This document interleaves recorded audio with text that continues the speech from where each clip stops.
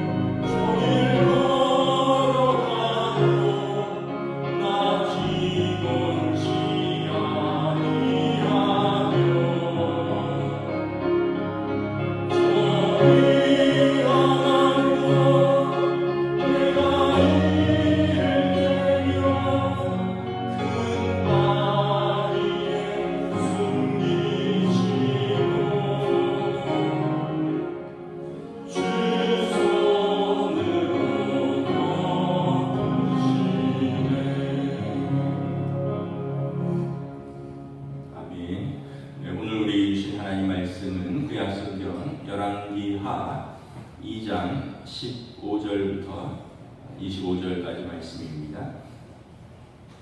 열왕기 하 2장 15절부터 25절입니다. 다 찾으신 줄 알고 저 여러분들이 한 절씩 교도하겠습니다. 구약성경 562페이지 열왕기 하 2장 15절부터 마지막 절입니다. 맞은편 여리고에 있는 선지자의 제자들이 그를 보며 말하기를 엘리야의 성령이 하시는 역사가 엘리사에게 머물렀다 하고 가서 그에게 경배하고 나아가 땅에 엎드려 그에게 경배하고 그에게 이르되 당신의 종들에게 용감한 사람 50명이 있으니 청하건대 그들이 가서 당신의 주인을 찾게 하소서.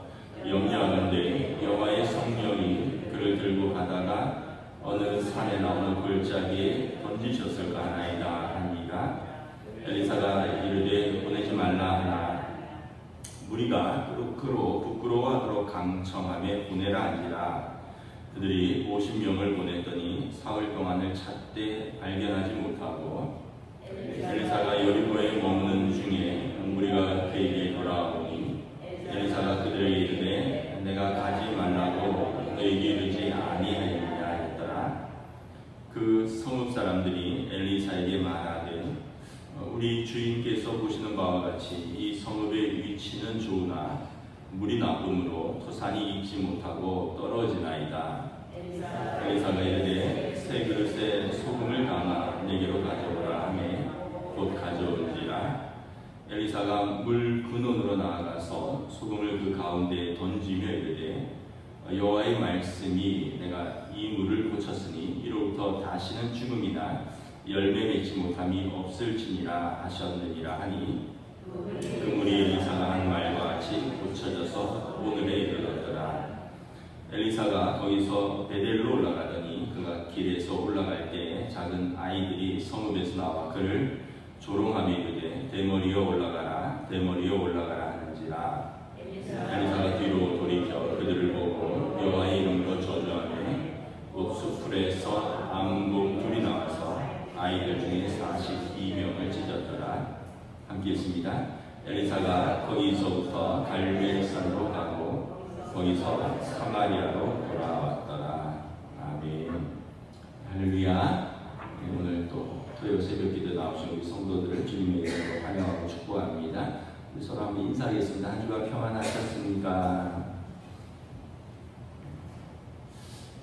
한 주간 거의 열대야처럼 뜨거웠는데 오늘부터 또 비가 온다 그러죠.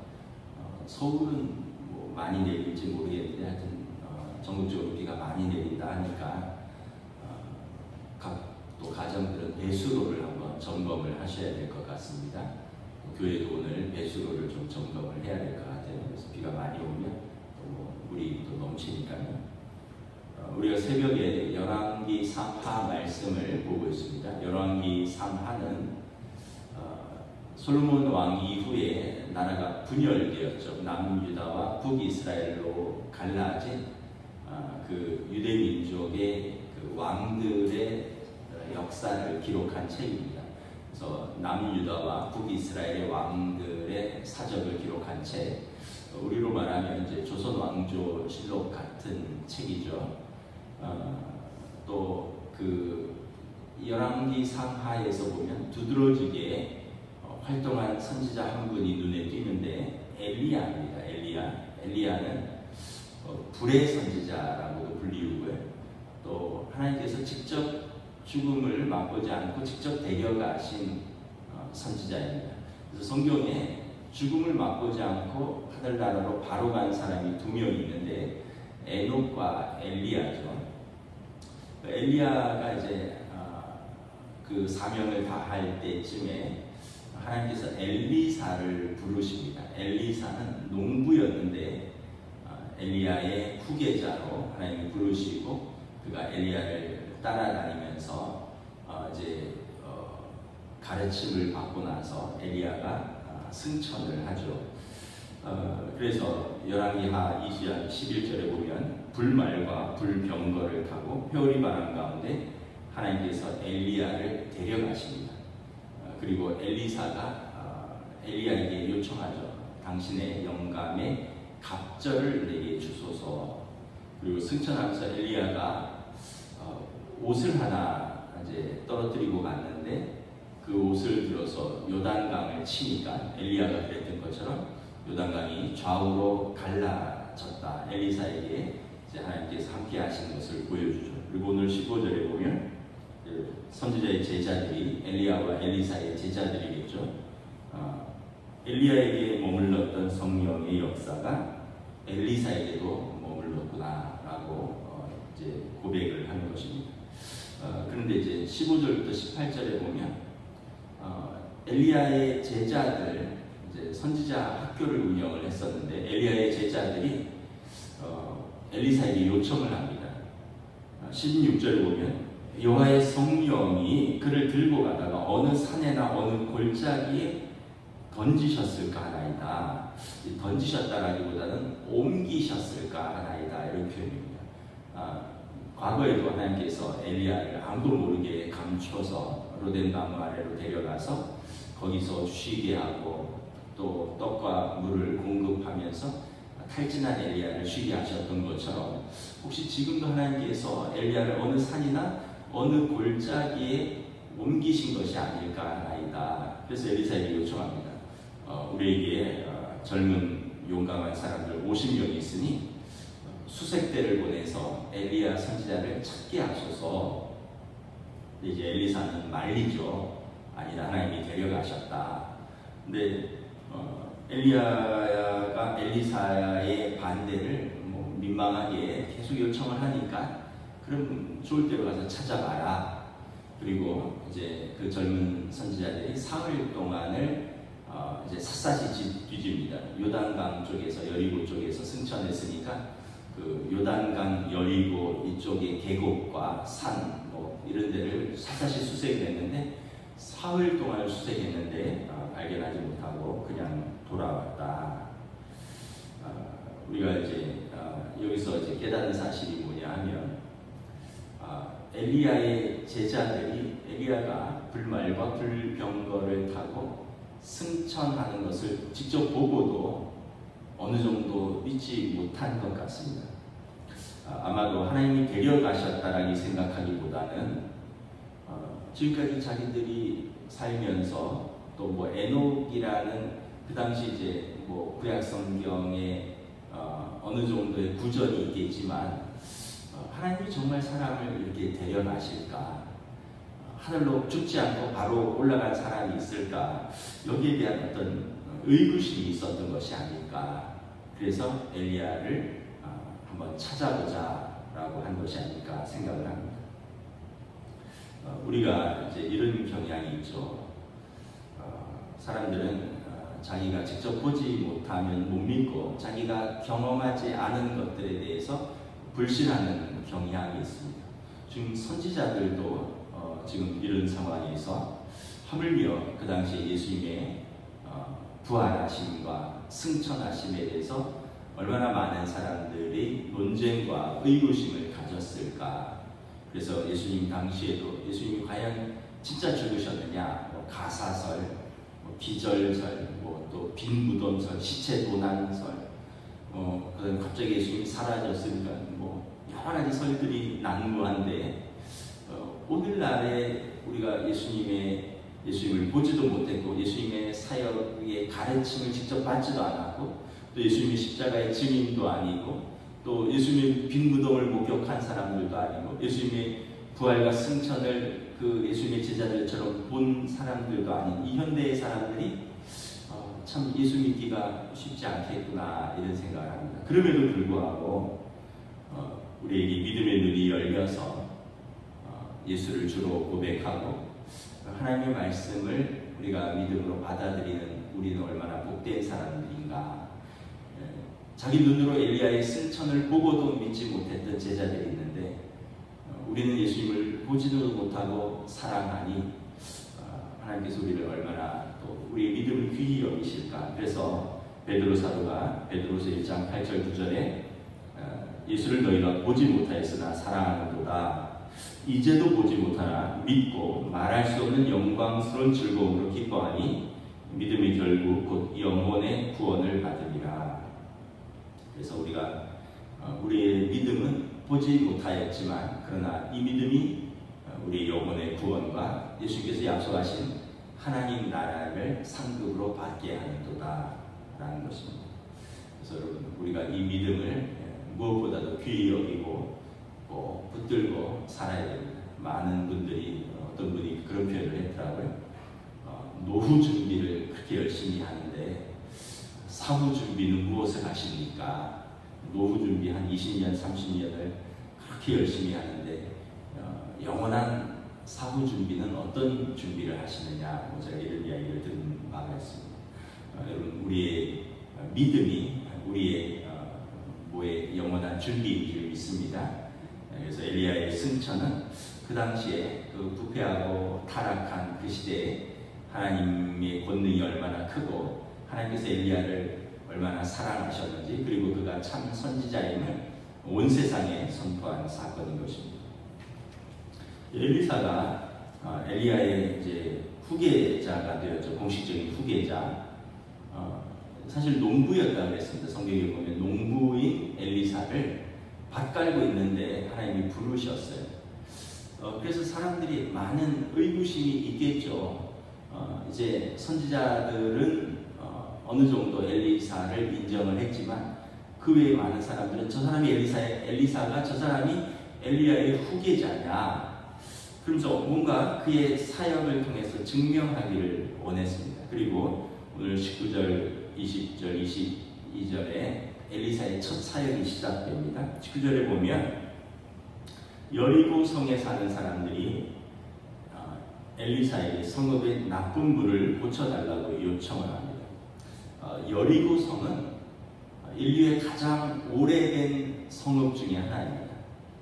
그 요단 강이 이렇게 끼고 내려오기 때문에 강을 끼고 내려오는 그 물을 사용할 수 있고, 그래서 강이 있는 도시는 오래된 도시인데 이스라엘에서 이 여리고는 가장 오래된 도시 중에 하나입니다. 그런데 어떤 이유에서인지 주된 샘물로 사용하는 물이 나빠졌다라는 거예요. 이스라엘에 가보면 물이 지금은 우리도 물 사서 먹는 게 익숙한데 20, 30년 전에 우리가 그때는 물을 그냥 마시기도 했잖아요. 근데 이스라엘은 석회질이 많아서 물을 그냥 먹을 수가 없습니다.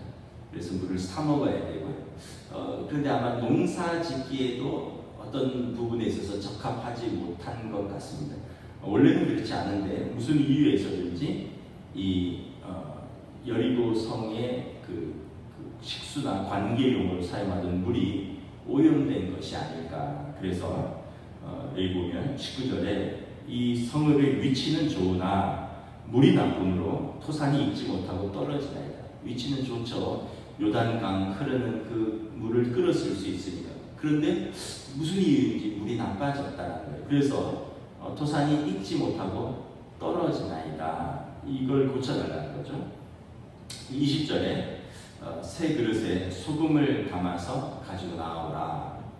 이 새 그릇은 이제 엘리야 시대가 가고 엘리사를 자신을 의미하는 것으로 보입니다. 그리고 소금은 그 당시에 이제 치유의 약재로도 쓰였습니다. 우리가 일반적으로 소금은 맛을 내는 데 쓰이고요, 보존하거나 부패를 방지하는 데 쓰이는 거죠. 그리고 또 이스라엘은 제사를 드릴 때 소금을 치기도 하였는데 이 소금이 또 언약이라는 의미도 있습니다. 그래서 맛, 어떤 부패 방지, 정결함, 언약, 이런 상징을 가지고 있는데 새 그릇에 소금을 가지고 와라. 그리고는 물의 근원에, 모르겠습니다. 물의 근원이 어디 운물인지 어딘지 그곳에 소금을 엘리야가 가서 뿌립니다. 이렇게 말하죠. 21절에 여호와의 말씀이 내가 이 물을 고쳤으니 이로부터 다시는 죽음이나 열매 맺지 못함이 없을지니라. 그럼 물에 소금 뿌리면 못 먹죠. 그리고 염분기가 있는 물은 더더군다나 농사로도 쓸 수가 없는데 상징적인 행위인 것으로 보입니다. 여호와의 말씀이 하나님의 말씀으로 이 물을, 부패한 물, 또 이 상한 물을 깨끗게 하고 정결케 하는 것을 하나님의 말씀으로 선포합니다. 이때 이제 그 고치는 단어 중에 하나가 라파입니다. 이 영어가 라파. 고치시는 하나님, 치유하시는 하나님. 그 엘리사의 이 사역은 두 가지 의미가 있는 것 같아요. 첫째는 엘리사가 엘리야의 뒤를 이은 그 능력의 선지자로서 모든 사람들에게 선포되는 순간이고, 또 하나는 어떤 엘리사의 어떤 행위가 아니라 엘리사가 분명하게 말합니다. 여호와의 말씀이 이 인구를 고친다라는 것입니다. 그래서 아마 당시에 우상 숭배로부터 영육 간에 황폐해진, 그래서 사람들의 마음도 또 그 당시 남유다와 북이스라엘이 우상 숭배 가운데 또 거짓 선지자들이 있고, 그래서 나라가 영육 간에 황폐해졌고, 그러다가 피조물들도 심지어 땅과 곡식도 열매 맺지 못하는, 물도 상하고 땅도 열매 맺지 못하는 그러한 남유다와 북이스라엘의 상황을 하나님의 말씀이 오직 깨끗게 하고 치유하며 고치신다라는 것을 선포하는 것입니다. 저는 우리 삶에서도 동일하게 적용되는 줄 믿습니다. 사람들의 그 어떤 부패하고 타락한 삶, 또 무너지고 깨어진 관계들, 또 열매 없는 삶의 어떤 부분들, 이것을 어떻게 우리가 고칠까? 육신의 병은 의사들이 고친다 하지만 우리 마음의 병, 우리 영적인 병은 어떻게 고칠까? 시편 119편에 보면 여호와의 말씀은 내 발의 등이요 내 길의 빛입니다. 하나님의 말씀이 우리의 영혼을 소생케 하고 우리의 영혼을 깨끗게 하고, 그리고 우리를 정결케 하고 우리를 새로 빚는 거죠. 창세기 보면 하나님께서 말씀으로 천지를 창조하셨습니다. 요한복음에 보면 말씀이 이 세상에 오셨다라고 말합니다. 로고스 요한복음 1장에 이 말씀이 곧 하나님이시라, 그리고 그 안에 참 빛이 있었고 그가 참 생명이라 예수님을 말씀하시는 거죠. 그래서 하나님의 말씀, 예수 그리스도의 선포된 말씀이 우리 안에 들어올 때 우리를 정결케 하고 우리를 깨끗게 하고 우리의 무너진 관계들을 바로 세우고 우리의 삶을 회복시킨다는 것을 이 사건을 통해서 알 수 있는 것입니다.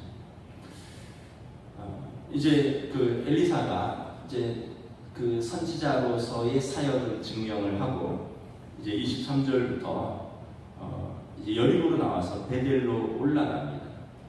이제 여리고는 남쪽이고 이제 베델은 이제 북쪽으로 이렇게 올라가는데 수십 명의 아이들이 23절에 보면 나와서 엘리사를 조롱합니다.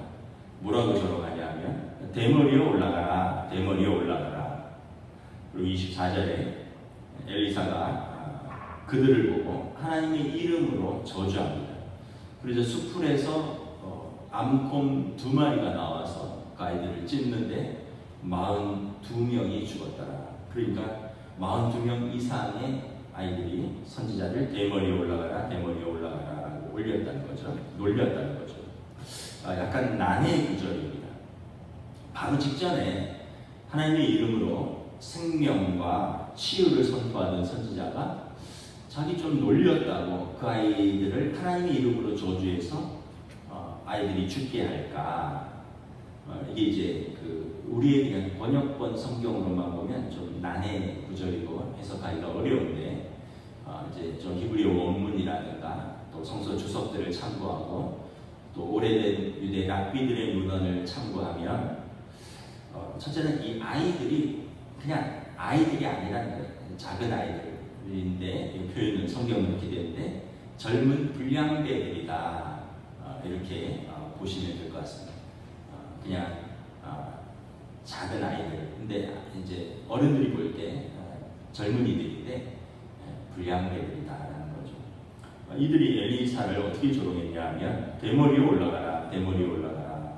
아마 엘리사가 대머리였던 것 같아요. 근데 이제 그 외모보다도 올라가라, 올라가라.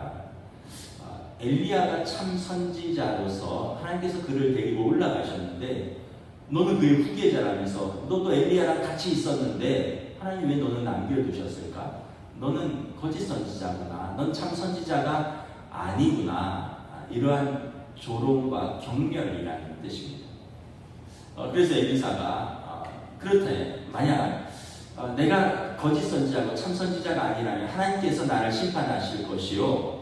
만약에 내가 하나님께서 부르신 참 선지자라면 하나님께서 너희들을 심판하실 것이다. 그래서 하나님의 이름으로 그가 선포한 것이고, 그리고 이 수풀에서 곰이 나와서 이 젊은 불량배들을 찢어 죽였다. 그러므로 통해서 엘리사가 참 선지자임을 선포한 것이다. 이렇게 오래된 나비 문헌과 또 이렇게 신약 성경의 주석들을 참고하면 이렇게 해석이 됩니다. 그러면 우리가 이해가 좀 되죠. 단순히 애들이 대머리라고 어른 놀려서 그렇게 하나님의 이름으로 심판한 것이 아니라 그가 엘리야의 후계자가 아니고 그가 정말 선지자가 아니고 그리고 그의 외모를 가지고 조롱하고 그가 그의 정체성을 경멸하고 조롱했다는 것입니다. 우리가 깨닫는 사실이 뭐냐 하면 하나님을 경외하고 사람을 존중하는 우리 성도의 자세입니다. 세상은 하나님을 경외하지 않습니다. 하나님을 알지 못하니까 하나님을 경외하지 않죠.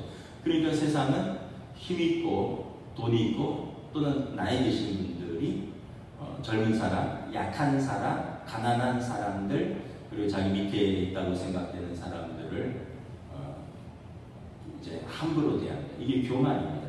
다른 사람을 자기 마음대로 할 수 있다고 하는 그 생각 그리고 그들을 향한 자세와 태도가 교만인 것이죠. 근데 이게 세상은 그렇죠. 왜냐하면 하나님을 알지도 못하고 하나님을 경외하지도 못하니까. 여러분 성도는 어떤 사람들입니까? 우리는 하나님을 아는 사람이고 하나님을 경외하는 사람이죠. 그러면 우리는 하나님의 말씀에 순종하는 사람이고 다른 사람은 어떤 사람이냐 하면 내가 마음대로 조정하거나 내가 함부로 부리거나 함부로 경멸할 대상이 아니라 하나님의 형상을 가진 사람이라는 것을 받아들이는 것입니다. 하나님의 형상을 가진 사람을 우리가 경멸하고 조롱하고 함부로 대한다면 우리는 그 안에 있는 하나님을 경외하지 않는 것이 되는 것입니다. 그래서 성경에 보면 자녀들은 부모를 공경하라. 부모들은 자녀들을 함부로 대하지 말아라. 남편은 아내를 멸시하지 말고 자기 몸처럼 사랑하고 아내는 남편을 무시하지 말고 그의 말을 존중하라. 왜냐하면 그에게 다 하나님의 형상이 있고 하나님께서 내게 주신 사람들이라는 거죠. 그러면 우리는 마찬가지죠. 직장에서도 우리의 동료들이나 선후배들에게 그렇게 대해야 할 것이고 또 교회에서도 성도들 간에 또 우리가 그렇게 대하는 것이 마땅하다라는 것입니다. 어떤 분이 자기네 교회가 좀 문제가 있었나 봐요. 그래서 시끄러웠나 봐요. 그래서 이웃 사람들한테 입만 열면 우리 교회 문제가 많다고, 당회가 문제가 많다고, 권사님들이 문제가 많다고 그 이웃들하고 이렇게 그런 이야기들을 많이 했나 봐요. 근데 나중에 그 문제가 해결이 됐어요. 그리고 이제 총동원 전도주일이 돼서 그 이웃에게 초청을 했어요. 우리 교회에서 어떤 행사를 하는데 선물도 준다고 좋은 프로그램이 있는데 같이 가자고. 그랬더니 그 이웃이 그렇게 이야기했다고요. 그 문제 많은 교회, 그 문제 많은 사람들이 가득한 교회, 그 문제 많은 목사, 그 문제 많은 장로들, 그 문제 많은 권사들이 있는 교회, 당신 입으로 그랬는데 내가 거기 왜 가? 그렇게 이야기를 했다고 해요. 여러분, 우리의 입으로 우리가 하나님의 영광을 드러낼 수도 있고 우리의 입으로 영광을 가리울 수도 있다라는 것이죠. 또 하나지 제가 또 부탁드리고 싶은 것은 여러분들의 자녀들 앞에서 여러분들이 조심해야 되는 것입니다. 제가 우리 세 아이들, 지금 다 이제 20대 대학생들, 그 아이들 앞에서 제가 그 아이들 듣는 데서 만약에 어떤 분들을 제가 뭐 욕을 한다거나 비난하면 그 아이들이 어떨까요? 그 아이들은 그분을 경험해보지도 못했는데 주위에 그분의 얼굴만 아는데 아이들 마음속에 저분은 저렇구나. 저분은 저렇구나 이러지 않겠어요? 여러분들의 어린 자녀들 앞에서 교회의 어떤 문제나 어떤 사람들을 우리가 비난한다면 어른들끼리 있는 데서 걱정하고 염려하는 건 괜찮은데 염려와 걱정을 여러분들의 어린 아이들이 있는데 여러분들의 젊은 자녀들이 있는 데서 그런다면 우리가 다 세대 통합 예배를 같이 드리는데 그 아이들이 오고 가는 차 안에서 들었거나 집에서 들었거나 그 아이들이 그분을 볼 때마다 그것이 생각이 나겠죠. 문제 많은 저분이구나. 저분 때문에 시끄럽구나. 여러분들 아이들에게 은혜가 안 되고 또 그 아이들이 어떻게 서로를 또 바라볼까라는 것입니다. 그래서 우리가 항상 깨달아야 되는 것은 뭐냐면 우리는 축복의 통로가 되어야지 우리가 저주의 통로가 되어서는 안 된다는 것입니다. 창세기 12장에 보면 하나님께서 아브라함을 축복의 통로로 삼으셨습니다. 너를 축복하는 자를 내가 축복하고 너를 저주하는 자를 내가 저주하리라. 우리가 다른 사람을 경멸하고 저주하면 그의 눈물과 그의 기도가 나에게 돌아온다는 거예요. 반대로 내가 그를 축복하고 그를 위하여 기도하면 그에게로 넘쳐나는 축복과 그의 기도가 또 우리에게로 흘러들어온다는 거죠. 그 사람도 우리를 위해서 축복하고 우리를 위해서 기도하겠죠. 그래서 우리는 항상 축복의 사람이 되어야 된다. 축복의 통로가 되어야 된다라는 것을 생각하면서 사는 것이 우리의 믿음의 자세가 아닐까 생각을 합니다. 오늘 엘리사를 통해서 엘리사가 참 선지자임을 엘리야를 뒤를 이은 그의 사역과 그의 선지자됨을 하나님께서 온 이스라엘에 선포하시는 사건인 것입니다. 다시 한번 우리가 말씀이 우리의 삶을 회복하고 말씀이 우리의 길에 등이 되고 빛이 된다는 것을 붙들고 우리가 살아가는 저와 여러분 되시길 우리 주님의 이름으로 축복합니다. 기도하겠습니다. 하나님 은혜를 감사합니다. 하나님께서 엘리야의 사명을 다하시고 때가 되어 엘리야를 부르시는데 영광스럽게도 하늘에서 천군 천사를 보내시고 불말과 불병거로 엘리야를 데려가신 것을 봅니다. 우리도 때가 되면 예수님께서 말씀하신 것처럼 먼저 가셔서 우리를 위하여 거처를 예비하시고 우리를 환영하고 영접하실 예수님 계신 그곳 하나님 나라에 우리도 부르시고 환영받을 것을 믿고 믿음으로 이 땅에서 우리의 사명을 감당할 수 있기를 원합니다. 또한 우리의 삶에서 또 이렇게 상하고 깨어지고 무너진 곳에 여호와의 말씀, 하나님의 말씀이 우리의 빛이 되시고 또 우리의 생수가 되시고 생명의 떡이 되시고 우리를 치유하고 회복하게 하고 근원부터 깨끗하게 하신다는 말씀을 믿습니다. 그러므로 우리가 하나님의 말씀을 붙들고 우리의 영혼과 우리의 삶을 살아가는 믿음의 사람들로 인도하여 주시고 또한 우리에게 주신 사람들을 우리가 존중하고 사랑하고 그들을 축복하며 함께 영혼의 동반자로서 우리의 인생의 동반자로서 우리가 함께 그 믿음의 길을 축복하며 걸어가는 복된 주의 백성들 서로에게 축복의 통로가 되는 은혜의 사람들로 저희들을 이끌어 주시옵소서. 감사를 드리오며 우리 주 예수 그리스도의 이름으로 기도드리옵나이다. 아멘. 하늘에 계신 우리 아버지의 이름을 거룩하게 하시며 아버지의 나라가 오게 하시며 아버지의 뜻이 하늘에서와 같이 땅에서도 이루어지게 하소서. 오늘 우리에게 일용할 양식을 주시고 우리가 우리에게 잘못한 사람을 용서하여 준 것 같이 우리 죄를 용서하여 주시고 우리를 시험에 빠지지 않게 하시고 악에서 구하소서. 나라와 권능과 영광이 영원히 아버지의 것입니다. 아멘.